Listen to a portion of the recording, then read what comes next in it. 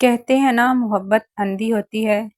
اس وقت تو روکھی سوکھی کھا کر ساتھ جینے مرنے کی قسمیں بھی کھا لی جاتی ہیں۔ اصل زندگی جب شروع ہوتی ہے تب آنکھ کھلتی ہے۔ وہ کراچی سے تعلق رکھتی تھی۔ اس کے والد صاحب امیر انسان تھے۔ اس کی اب تک کی زندگی ناز و نخر میں گزری تھی۔ سن 2005 میں اس کے پاس ایک نئی نویلی سزوکی کلٹس ہوتی تھی جس پر وہ کراچی یونیورسٹی آتی جاتی تھی۔ میں سیالکوٹ جیسے چھوٹے شہر میں ایک internet service provide company cyber net میں کسٹمر سپورٹ سروس میں نوکری کرتا تھا۔ سن 2005 میں میری تنخواہ 7,500 روپے تھی۔ یہ فون کالز پر کمپنی کلائنٹس کو انٹرنیٹ کنیکشن میں پیش آنے والی دقت کے حل کی نوکری تھی۔ اکثر نائٹ شفٹ ہوتی۔ میں گھر والوں سے کرکٹ میچ کے بہانے نکلتا۔ تنخواہ ظاہر ہے بہت قلیل تھی۔ اس میں گھر دینا اور پھر اپنے لیے بھی پورا ماہ گزارا کرنا ناممکن ہو جایا کرتا تھا۔ سن 2015 میری زندگی کا مشکل ترین سال تھا۔ جنوری میں میرا 10 سالہ ازدواجی تعلق اختتام کو پہنچا۔ سابقہ بیگم نے بچوں کو اپنی رضا سے میرے حوالے کر دیا۔ بچے بہت چھوٹے تھے۔ اگر آپ کو لگتا ہے کہ ماں بچوں کو نہیں چھوڑ سکتی تو یہ آپ لوگوں کی غلط فہمی ہے۔ عورت کے کئی روپ ہوتے ہیں۔ وہ سنگ دل بھی ہوتی ہے تو پھر سنگ دل ہے۔ دنیا کی کوئی بھی طاقت اسے نرم دل نہیں کر سکتی۔ یہ دو طرفہ پسند کی شادی تھی۔ اس کے ختم ہونے میں کئی عوامل کار فرما تھے، لیکن جو سب سے بڑا عمل تھا وہ ہم دونوں کا سٹیٹس گیپ تھا جس کو وہ بخوبی جانتی تھی۔ مگر وہ کہتے ہیں نا محبت اندھی ہوتی ہے۔ اس وقت تو روکھی سوکھی کھا کر ایک دوسرے کے ساتھ جینے مرنے کی قسمیں بھی کھا لی جاتی ہیں، لیکن اصل زندگی جب شروع ہوتی ہے تب جا کے انسان کی آنکھ کھلتی ہے۔ وہ کراچی سے تعلق رکھتی تھی اور اس کے والد امیر انسان تھے۔ اس کی اب تک کی زندگی ناز و نخر میں گزری تھی۔ سن 2005 میں اس کے پاس اپنی نئی نویلی سزوکی کلٹس ہوتی تھی جس پر وہ کراچی یونیورسٹی آتی جاتی تھی، اور میں سیالکوٹ جیسے چھوٹے سے شہر میں ایک internet service provide company cyber net میں کسٹمر سپورٹ سروس میں نوکری کرتا تھا۔ سن 2005 میں میری تنخواہ 7,500 روپے تھی۔ یہ فون کالز پر کمپنی کلائنٹس کو انٹرنیٹ کنیکشن میں پیش آنے والی دقت کے حل کی نوکری تھی۔ اکثر نائٹ شفٹ ہوتی تھی میری۔ میں گھر والوں سے جھوٹ بول کر کرکٹ میچ کے بہانے نکلتا۔ ظاہر ہے تنخواہ بہت قلیل تھی، اور اتنی قلیل تنخواہ میں گھر والوں کو پیسے دینا اور پھر اپنے لیے بھی پورا ماہ گزارا کرنا ناممکن ہو جایا کرتا تھا۔ میرے والد صاحب طویل بیماری کے بعد انتقال کر گئے تھے، تو ان کے علاج کی مد میں اٹھنے والے اخراجات ختم ہو گئے تھے۔ میں ہر ماہ لاہور سے کراچی کی مڈ نائٹ فلائٹ لیتا۔ لاہور سے کراچی نائٹ سروس میں تب چانس پر آخری لمحوں میں 3,000 یا 3,500 کی ٹکٹ مل جایا کرتی تھی۔ کولیگ سے ادھار بھی اٹھانا پڑتا، جو ان کو قسط وار واپس کر کے پی آئی اے کے جہاز رات 2:30 بجے کراچی لینڈ ہو جایا کرتا تھا۔ 6 گھنٹے ایئرپورٹ پر چائے پیتے اور اونگتے گزرتے تھے۔ جیسے ہی نیند آنے کو لگتی اور آنکھ لگتی، مچھر کاٹنا شروع کر دیتا۔ اہلیان کراچی تو جانتے ہیں، مگر جو نہیں جانتے ان کو بتا دوں کہ کراچی کا مچھر مچھر نہیں، مگر مچھ ہے۔ ایسا کاٹتا ہے جیسے سانپ نے ڈس لیا ہو۔ صبح 8 بجے تک یوں ہی چائے نوشی اور مچھر ماری میں وقت گزار کر ٹیکسی لیتا اور کراچی یونیورسٹی پہنچ جاتا۔ میری سابقہ بیگم جو کہ یونیورسٹی سے نکلتی اور ہم اس کی گاڑی میں بھری دوپہر کہکشاں مارکیٹ یا کلفٹن میں سمندر کنارے چلے جاتے۔ اس عمر میں عاشقی کوٹ کوٹ کر بھری ہوئی ہوتی ہے اور ابل ابل پڑتی ہے، مگر گرمی کا احساس نہیں ہونے دیتی۔ ایک بار یوں ہوا کہ ان دنوں کراچی میں چند بگڑے ہوئے اشراف کے بچوں کا گروپ برائے فن لوگوں کی کاریں بزور اسلحہ چھینتے اور وہ چند میل ڈرائیور کر کے گاڑی کو یوں ہی سڑک کنارے چھوڑ جایا کرتے تھے۔ یہ کلفٹن اور اطراف کے علاقوں میں معمول کی وارداتیں بن چکی تھیں۔ میرے سابقہ سسر صاحب پولیس میں اس وقت ڈی ایس پی تھے، بعد ازاں ایس ایس پی عہدے سے ریٹائرڈ ہوئے۔ ایک بھری گرم دوپہر کو ہم کلفٹن جا رہے تھے۔ ڈی ایس پی صاحب دن میں ناکہ لگائے خود عین سڑک کے بیچ کھڑے تھے۔ گاڑی چلاتے اس کے منہ سے بس ایک ہی لفظ نکلا، ابو۔ میرے پسینے چھوٹ گئے اور میرے منہ سے نہ جانے کتنی بار نکلا، ابو ابو ابو۔ گھبراہٹ میں عین سڑک کے بیچ ون وے ہی کار یو ٹرن لے کر واپس موڑ دی، مگر بہت دیر ہو چکی تھی۔ گاڑی ڈی ایس پی صاحب بخوبی پہچان چکے تھے کیونکہ انہی کی تھی۔ بس اس دن سے ہی راز آشکار ہوا تو وہ بھی اقرار جرم کر بیٹھی اور پولیس آفیسر کے سامنے ڈٹ بھی گئی۔ ایس ایس پی صاحب کی گھر میں چل نہ سکی اور یوں سلسلہ ہمارے نکاح تک پہنچ گیا۔ شام کو اس نے مجھے ایئرپورٹ اتار کر گھر چلے جایا کرنا۔ شام 4 بجے کی واپسی فلائٹ لیتا اور لاہور پہنچ جاتا، پھر بس پکڑ کر سیالکوٹ پہنچ جاتا۔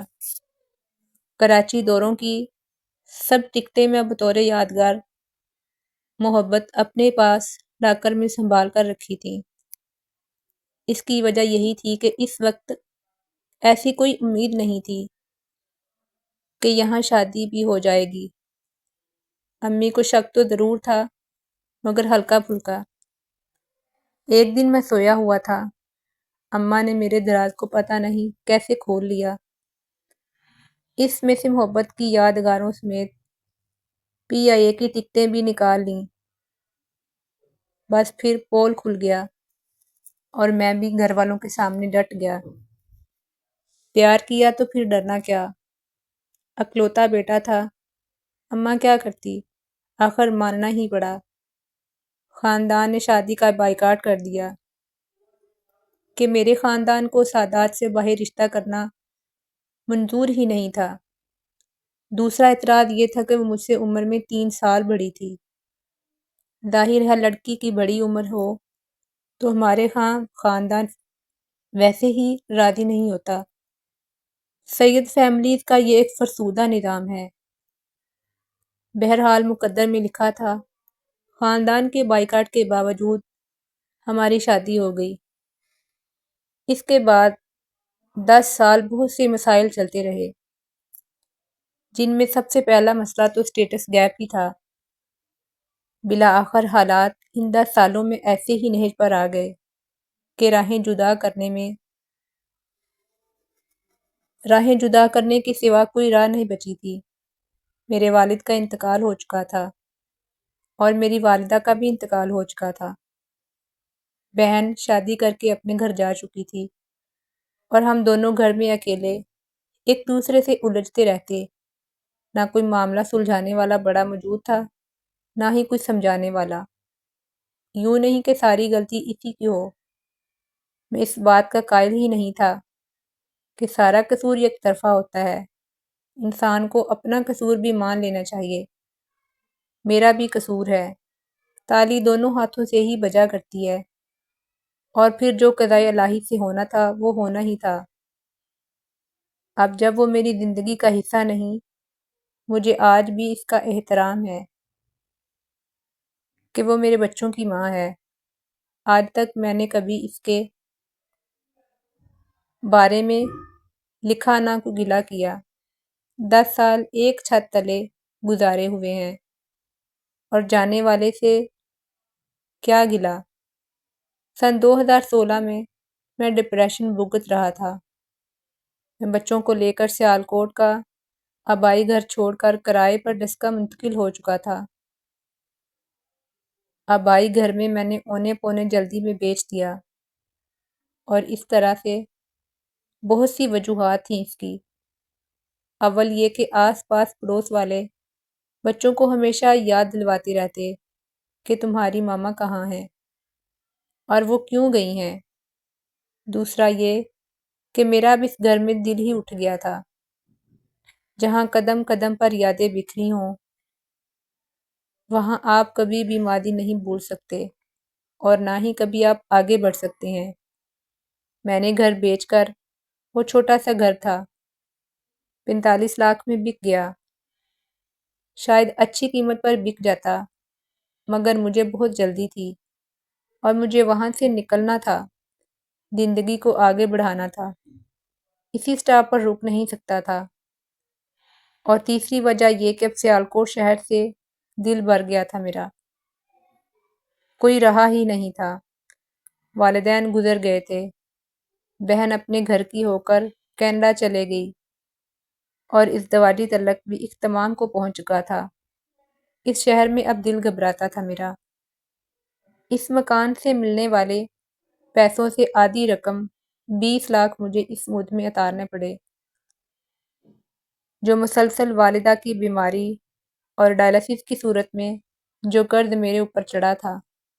یہ قرض بینک لون تھا، کچھ دوستوں سے لیا ہوا تھا، اور کچھ اپنی کمپنی سے لیا ہوا تھا۔ میں سارے حساب کلیئر کرنا چاہتا تھا، اور زندگی اپنے بچوں کے ساتھ نئے سرے سے نئی طرح سے گزارنا چاہتا تھا۔ بچوں کو میں لے کر ڈسکا منتقل ہو گیا، اور میری نوکری بھی چھوٹ گئی کہ وہ سیالکوٹ شہر میں تھی، اور میں اب یہ نوکری کرنے سے قاصر تھا۔ جو جمع پونجی مکان بیچ کر اور قرضہ لٹا کے بچی تھی، وہ میں بچوں پر اور گھر چلانے پر لگا کر وقت گزارتا رہا۔ میرے پیسے پانی کی طرح لگتے گئے۔ جب انسان ڈپریشن میں ہو اور بے روزگار ہو تو اسے سمجھ ہی نہیں آتی کہ وہ کیا کر رہا ہے۔ بچوں کو سنبھالنے کے لیے آیا ملتی ہی نہیں تھی، اور بچے میرے بنا رونے لگتے تھے۔ وہ بہت ڈر چکے تھے، ان کو لگتا تھا کہ بابا بھی باہر چلے جائیں گے تو شاید کبھی گھر واپس نہ آئیں۔ ان کے ننھے دماغ اس بات کو سمجھنے سے قاصر تھے کہ یہ سب کیا ہو رہا ہے اور کیوں ہو رہا ہے۔ بچوں کو سنبھالنے والی آیا اس کے لیے نہ ملی کہ کوئی عورت اس گھر میں آنے کو تیار ہی نہیں تھی، جہاں اکیلا مرد رہتا ہو، اور ہمارا معاشرہ ہی ایسا ہے۔ حتیٰ کہ میری ماں کی عمر کی خواتین نے کہا کہ بہو تو شریف ہوئے گا، پر زمانے تے شریف نہیں۔ یوں 6 ماہ یوں ہی گھر میں ہاؤس ریسٹ صورتحال میں گزرے۔ نہ کوئی کام کر سکتا تھا، نہ کوئی نوکری۔ پیسے لگتے گئے۔ 6 ماہ بعد میرے پاس صرف 1 لاکھ روپیہ بچا ہوا تھا۔ سن 2016 کے مڈ میں جولائی میں مجھے میری موجودہ بیگم ملی۔ اس کو میرے سارے مالی جذباتی حالات اچھی طرح سے معلوم تھے، خود بتا چکا تھا۔ اس نے شادی کے بعد میرے گھر کو اور بچوں کو ایسے سنبھالا جیسے ان کی سگی ماں ہو، اور میری بھی۔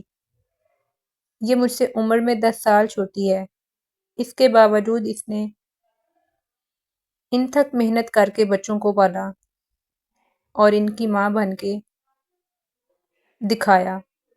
شاید ایسی ماں کہ سگی ماں بھی کیا ہوتی ہوگی۔ بچے اس کے ساتھ اس طرح سے اٹیچ ہوئے کہ وہ اس کو ہی ماما کہتے، اور ان کے نزدیک ان کی اور کوئی ماما نہیں ہے۔ اب وہ یہ بھی جانتے ہیں کہ کیا ہوا تھا، اور ان کو جنم دینے والی ماں کا کیا ہوا، مگر کہتے ہیں کہ محبت فاتح عالم ہے، لہذا جس نے انہیں محبت دی، وہی ان کی اپنی ماں بنی۔ دوسری شادی ہوئی تو مجھے ذہنی سکون ملا۔ اب میں جاب کرنے کے قابل ہو چکا تھا، ذہنی جسمانی طور پر ہو چکا تھا۔ بیگم نے مجھے حوصلہ دیا اور یوں مجھے یونیورسٹی آف لاہور میں جاب مل گئی۔ میں یونیورسٹی کے اسکول آف کریٹیو آرٹس میں B S film and T V اور ایم فل ماس کمیونیکیشن کو فوٹوگرافی پڑھانے لگا۔ اس سلسلے میں مجھے لاہور شفٹ ہونا پڑا۔ میں اکیلا 5 دن یونیورسٹی کے پاس واقع ویلنشیا ٹاؤن کے کمرے میں فلیٹ میں رہنے لگا۔ ویکینڈ پر واپسی ڈسکا اپنے گھر چلا جاتا۔ لگ بھگ 1 سال یہی سلسلہ رہا اور بیگم گھر بچوں کو سنبھالتی رہی۔ یہ جو کرائے پر گھر تھا یہ بلائی منزل تھی۔ اس کا مالک اینٹی ٹیررسٹ فورس کا انسپیکٹر تھا۔ اس سے مجھے بھلائی پورشن کرائے پر ملا تھا۔ گراؤنڈ پورشن جو تھا یہ نجی عقوبیت خانہ تھا۔ اس کا انکشاف مجھے یہاں منتقل ہونے کے بعد ہوا۔ وہاں راتوں کو دہشت گرد یا اسی کماش کے لوگ پولیس لاتی اور ان کو تشدد کا نشانہ بناتی۔ ملزموں کی چیخو پکار کی آوازیں اوپر میرے پورشن تک آتی اور طبیعت بوجھل ہو جاتی۔ جب پہلی بار ایسا ہوا اور مجھ پر منکشف ہوا کہ یہاں کیا چل رہا ہے تو میں نے مالک مکان انسپیکٹر کو جا کر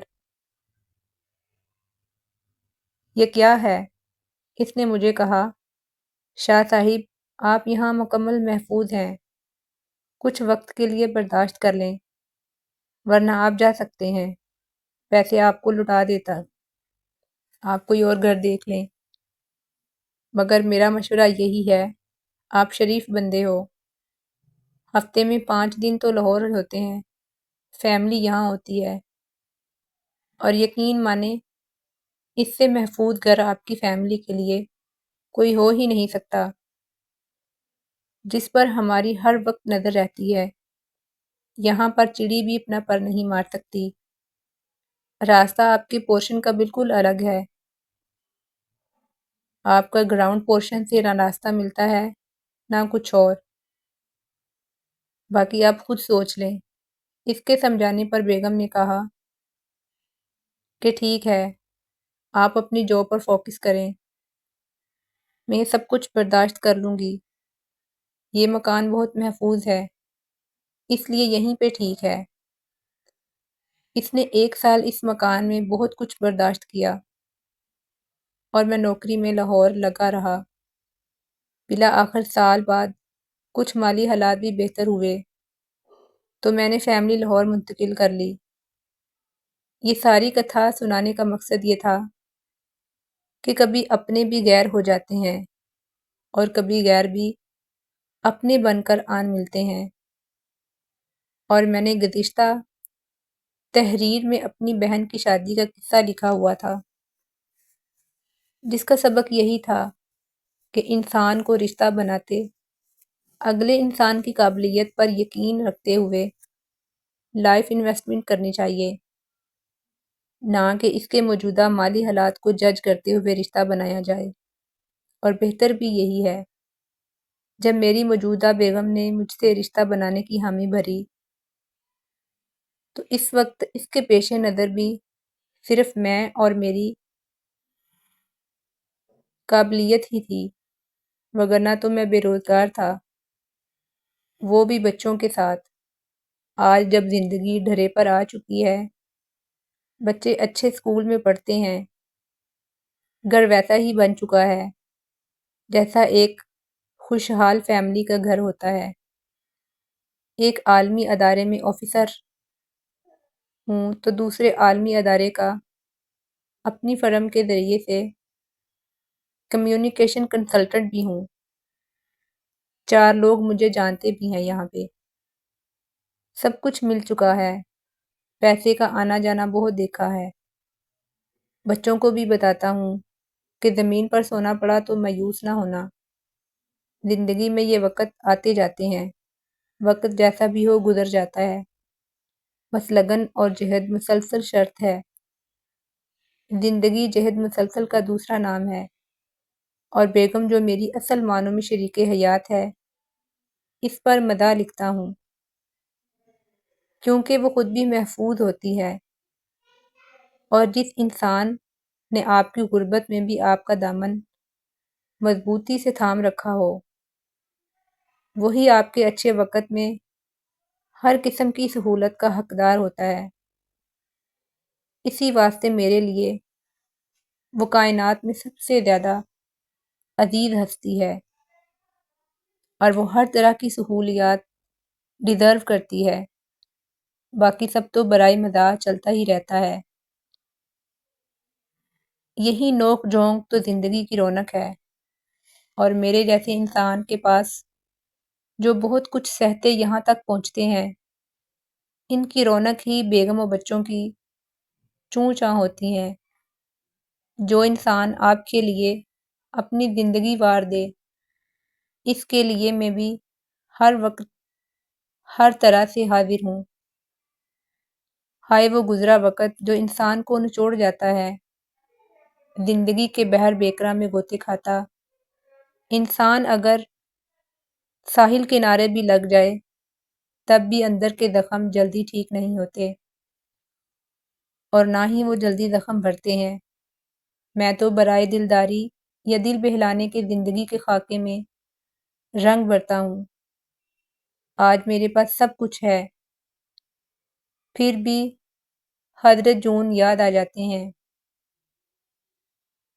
اے شجر حیات شوق، ایسی خزاں رسیدگی، پوشش برگ و گل تو کیا، جسم پہ چھال بھی نہیں۔